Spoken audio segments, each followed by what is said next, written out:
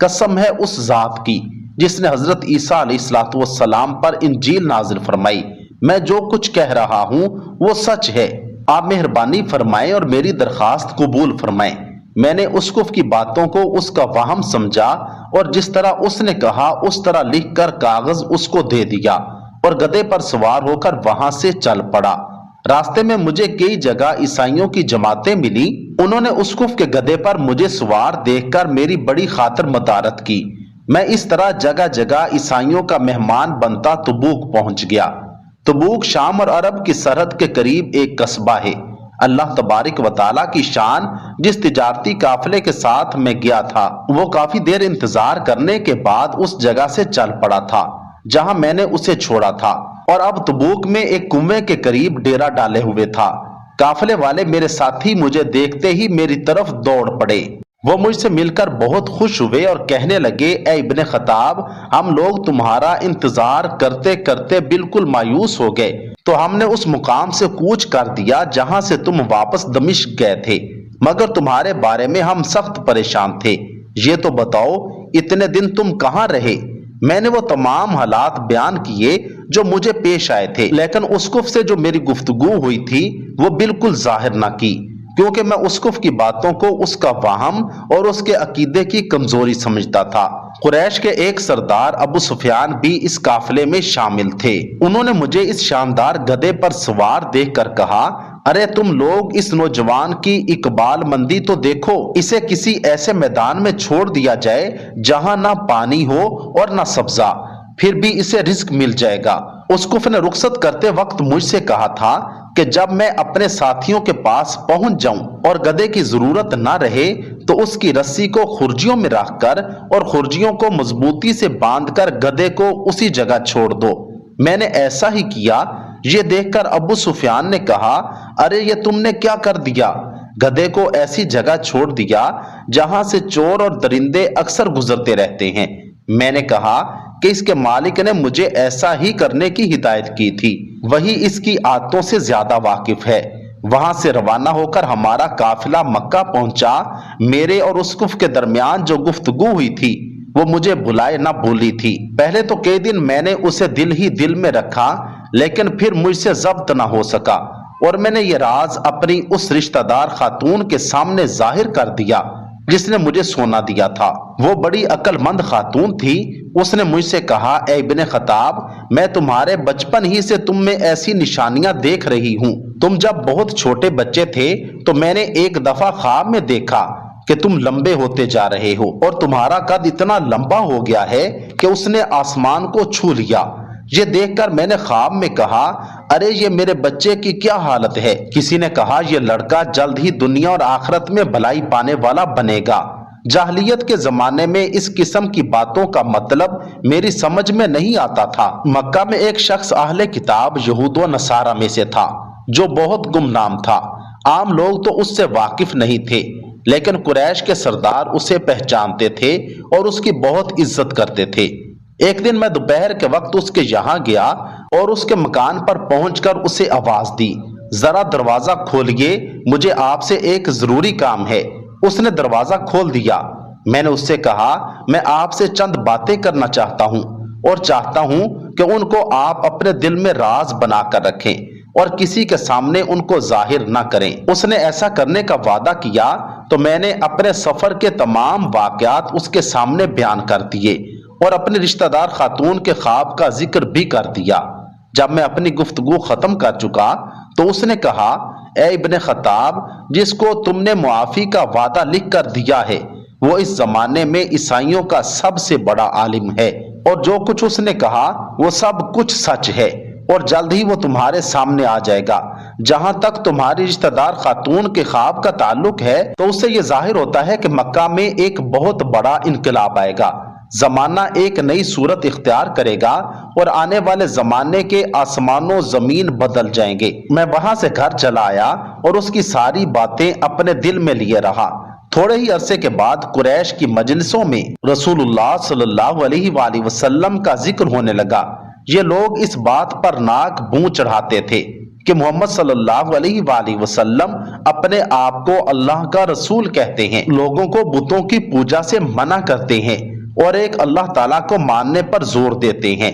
جلد ہی اللہ تعالیٰ نے اسلام کو ظاہر کر دیا اور مجھے یقین ہو گیا کہ حالات وہی صورت اختیار کر رہے ہیں جن کی طرف آسمانی کتابوں کے عالم شام اسقف نے اشارہ کیا تھا۔